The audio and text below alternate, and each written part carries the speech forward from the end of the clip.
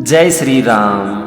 दोस्तों, रामायण से जीवन की सीख का यह है 24वां एपिसोड और आज भी हम रामायण से जीवन की कुछ सीख सीखेंगे। माता सीता की खोज में भगवान राम सुग्रीव से मिलने जाते हैं ताकि वो उनकी मदद कर सके। सुग्रीव से मिलने के बाद भगवान राम को पता चलता है कि उनके बड़े भाई बाली ने उन्हें राज्य से निकाल दिया है और उनकी पत्नी को भी जबरदस्ती अपने पास रख लिया है। वहां पर बैठे जामवंत भगवान राम से कहते हैं कि हे रघुनंदन, आपकी और सुग्रीव की मित्रता एक दूसरे के लिए पूरक सिद्ध हो सकती है। हम सुग्रीव की तरफ से आपको यह विश्वास दिलाते हैं कि हम सब माता सीता की खोज में आपकी पूरी सहायता करेंगे, जिससे आप उनको रावण के हाथों से मुक्त करा सकें। और जब आपका कार्य संपन्न हो जाता है तो हम आपसे ये उम्मीद करते हैं कि आप सुग्रीव को उनके बड़े भाई से उनका राज्य और उनकी पत्नी को वापस दिलाने में उनकी मदद करेंगे। इससे आप दोनों में एक राजनीतिक मित्रता भी हो सकती है। तो इस पर भगवान राम कहते हैं कि मैं इस प्रकार से महाराज सुग्रीव की कोई मदद नहीं कर सकता। तो ये सुनकर सब लोग आश्चर्य में पड़ जाते हैं कि भगवान राम ऐसा क्यों बोल रहे हैं। लेकिन भगवान राम तो मर्यादा पुरुषोत्तम है और उनके मुख से निकली हुई एक एक वाणी अमृत के समान है। भगवान राम कहते हैं कि हे जामवंत, ऐसा तो कोई क्षुद्र व्यापारी करता है कि पहले आप मेरी मदद करो फिर हम आपकी मदद करेंगे, और ये उचित नहीं है। भगवान राम आगे कहते हैं कि अगर हम इस तरह से करते हैं तो फिर हमारी मित्रता स्वार्थ पर टिकी होगी और मेरे जीवन में स्वार्थ का कोई स्थान नहीं है। तो इस पर जामवंत कहते हैं कि हे प्रभु, हमारी भाषा पर ध्यान ना देकर हमारी भावना पर विचार कीजिए, क्योंकि हमारी भावना पवित्र है। हमें वो नाता बताइए जिससे हम सब आपके साथ संबंध स्थापित कर सकें। तो इस पर भगवान राम कहते हैं कि वो एक ही नाता है जो कि समस्त जाति, धर्म और ऊंच नीच को लांघ कर एक प्राणी का दूसरे प्राणी के साथ संबंध स्थापित करता है, और वो है मित्रता का नाता। भगवान राम आगे कहते हैं कि मैं आप सबसे वो नाता जोड़ना चाहता हूँ जिसमें कोई शर्त नहीं होगा, कोई लेन देन नहीं होगा और कोई गिनती नहीं होगी, जो स्वार्थ की सीमा से परे होगा और जिसमें सिर्फ एक ही वस्तु का आदान प्रदान होगा, और वो है प्रेम। संधि तो सिर्फ दो राजाओं के बीच ही हो सकती है, लेकिन मित्रता एक राजा और एक रंग के बीच भी हो सकती है। इसीलिए हे सुग्रीव, मैं आपसे मित्रता का प्रस्ताव रखता हूँ। भगवान राम की अमृत वचन को सुनकर वहीं पर खड़े हनुमान कहते हैं कि हे प्रभु, आप धन्य हैं। मित्रता एक पवित्र वस्तु है और मित्र ये नहीं देखता कि सामने वाला शक्तिशाली है या नहीं, उसके पास धन या पद है कि नहीं। मित्र वही होता है जो बिना कहे ही अपने मित्र के लिए अपने प्राण तक न्यौछावर कर देता है। दोस्तों, मुझे लगता है कि मित्रता की इससे अच्छी परिभाषा नहीं हो सकती। जहाँ शर्त हो, स्वार्थ हो और लेन देन हो, वहाँ मित्रता नहीं हो सकती, क्योंकि मित्रता एक ऐसा बंधन है जिसमें ना तो कोई स्वार्थ होता है और ना ही कोई शर्त।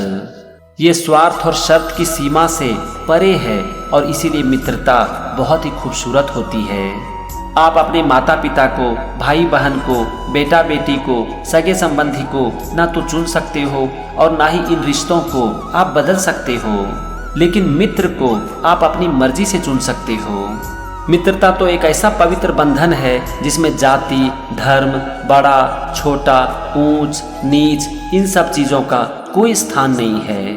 ये हर बंधन से मुक्त होता है और इसीलिए मित्रता एक बहुत ही खूबसूरत संबंध होता है। इसके बाद सुग्रीव और भगवान राम में मित्रता हो जाती है।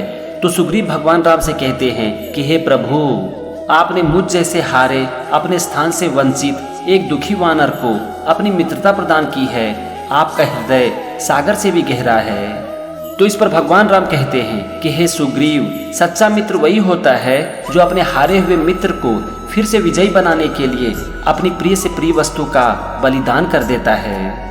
हम रघुवंशी हैं और हमारा धर्म हमारे प्राणों से भी प्रिय है, लेकिन अपने मित्र को विजयी बनाने के लिए अगर आवश्यकता पड़े तो मैं उसका भी बलिदान कर दूंगा।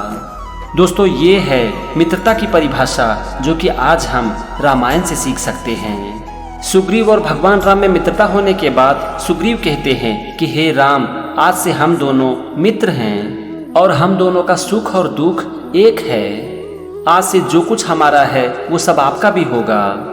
सुख, वैभव, साम्राज्य जो आज मेरा है या फिर आगे होगा वो आपका भी होगा। तो इस पर भगवान राम की वाणी सुनिए, आपका दिल भर जाएगा। भगवान राम कहते हैं कि हे मित्र, सबसे पहले मेरा यहाँ पर कर्तव्य है कि मैं आपके सुख को नहीं बल्कि दुख को बांटूं। भगवान राम कहते हैं कि मैं आपको वचन देता हूँ कि मैं पापी बाली का वध करूँगा और आपको आपका खोया हुआ साम्राज्य और आपकी पत्नी वापस दिलवाऊंगा। बुद्धि और बल में ना हनुमान का कोई जवाब नहीं था। वहाँ पर जो कुछ भी हो रहा था उसके विषय में हनुमान कहते हैं कि हे राम, आप माता सीता की खोज के लिए हमारी सहायता मांगने के लिए आए थे, लेकिन इसके पहले कि हम आपकी कोई मदद करें, आपने सुग्रीव की मदद करने की भीषण प्रतिज्ञा कर ली। आप धन्य हैं प्रभु, आप धन्य हैं। दोस्तों यहाँ पर आप देखो, भगवान राम सुग्रीव के पास क्यों आए थे? वो आए थे माता सीता की खोज के लिए उनकी मदद मांगने, लेकिन वहां पहुंचकर वो अपनी मदद की बात ही नहीं कर रहे थे और सिर्फ सुग्रीव की मदद करने की बात कर रहे थे। इसे कहते हैं मित्रता, जो बिना निस्वार्थ और निश्चल प्रेम के संभव ही नहीं है। भगवान राम ऐसे व्यक्ति थे कि अगर कोई भी उनके संपर्क में आ जाए ना तो उनका हृदय भी पवित्र हो जाता था। भगवान राम के वचन और निस्वार्थ भाव से मदद करने की बात सुनकर सुग्रीव कहते हैं कि हे प्रभु, हमें फिर से अपना साम्राज्य प्राप्त हो या ना हो, लेकिन हम भी आपको वचन देते हैं कि हम जब तक माता सीता की खोज नहीं कर लेंगे तब तक हम में से कोई भी चैन से नहीं बैठेंगे। दोस्तों, सच्चा मित्र वही है जो कि अपने सुख को भूलकर अपने मित्र के दुख को बांटे और जीवन की हर परिस्थिति में उनके साथ रहे और उनकी सहायता करे। इसके बाद भगवान राम सुग्रीव से कहते हैं कि हे सुग्रीव, आप दोनों भाई में शत्रुता किस वजह से हुई, हम इसके बारे में जानना चाहते हैं। तो इस पर सुग्रीव कहते हैं कि हे राम, बाली ने मेरे साथ बहुत ही खराब बर्ताव किया है। उसने लात मारकर मुझे मेरे राज्य से निकाल दिया और मेरी स्त्री को भी छीन लिया। जितने मेरे साथी थे, मेरे शुभचिंतक थे, उन सबको बाली ने बंदी बना लिया है।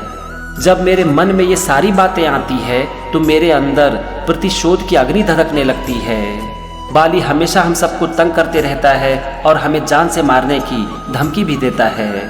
इसीलिए हम सब उसके त्रास में जीवन जीते हैं। तो इस पर लक्ष्मण कहते हैं कि हे सुग्रीव, ये परिस्थिति तो बहुत ही विषम है, क्योंकि जब कोई भी पुरुष हिम्मत हारकर उत्साहहीन हो जाता है तो फिर उसके जीवन में सिर्फ डर रहता है और वो अपना जीवन डर डर कर जीता है। ऐसे लोगों में कभी भी साहस और पुरुषार्थ का भाव जग नहीं सकता। ऐसे पुरुष जीवन में कभी भी विजय प्राप्त नहीं कर सकता, क्योंकि जो विजय के सपने नहीं देखे वो युद्ध की तैयारी कैसे करेगा। शोक, संकट और भय के समय धैर्य धारण करते हुए जो अपने दुख के निवारण का उपाय सोचता है, दुख के ऊपर वही विजय प्राप्त करता है। इसीलिए आप शोक और भय को अपने ऊपर हावी होने ना दें और प्रसन्नचित्त होकर अपने दुख के निवारण का उपाय ढूंढें। मैं मित्रता के नाते ये आपको सलाह दे रहा हूँ, आपको कोई उपदेश नहीं दे रहा हूँ। दोस्तों, हर इंसान के जीवन में दुख आती है, निराशा आती है, लेकिन बहुत से लोग दुख के समय अपना धैर्य और अपना संयम पूरी तरह से खो देते हैं। ऐसे लोग जीवन की चुनौतियों का सामना कभी नहीं कर पाते हैं और वो अंदर से पूरी तरह से टूट जाते हैं। जब भी एक इंसान के जीवन में दुख होता है ना, तो उस समय उसका सबसे बड़ा साथी होता है धैर्य और हिम्मत। लेकिन दुख के समय अगर हम अपना धैर्य और हिम्मत को ही खो दें तो फिर हमारा जीवन नर्क बन जाता है। दुख के समय हमें जरूरत होती है अपने ध्यान को दुख से हटाकर उसके निवारण के ऊपर लगाने की। जब हमारे जीवन में समस्याएं आती है तो हम ज्यादातर समय समस्याओं के बारे में सोचने लगते हैं, लेकिन जरा सोचो कि क्या समस्याओं के बारे में सोचने से हमारी समस्याएं खत्म हो जाएगी? हमारी समस्याएं समस्याओं के बारे में सोचने से खत्म नहीं हो सकती।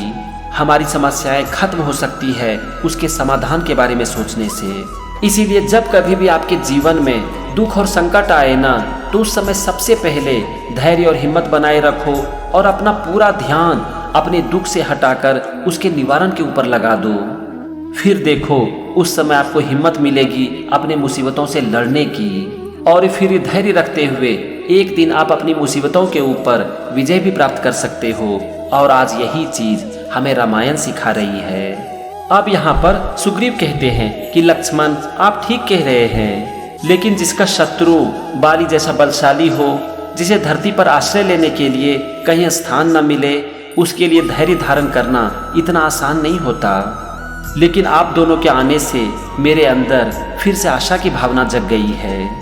तो इस पर भगवान राम कहते हैं कि हे मित्र सुग्रीव, आशा को जीवन में कभी भी छोड़ना नहीं चाहिए। जो अपने जीवन में आशा रखता है वो सदा विजयी होता है। दोस्तों, आशा ही जीवन है। जिसके जीवन में आशा नहीं हो उसका पूरा जीवन अंधकार से भर जाता है। आशा हमारे जीवन की एक ऐसी ज्योति है जो दुख के समय हमें सही रास्ता दिखाती है। जब तक एक इंसान के जीवन में आशा होती है ना, तब तक वो अपने जीवन से कभी भी हार नहीं सकता।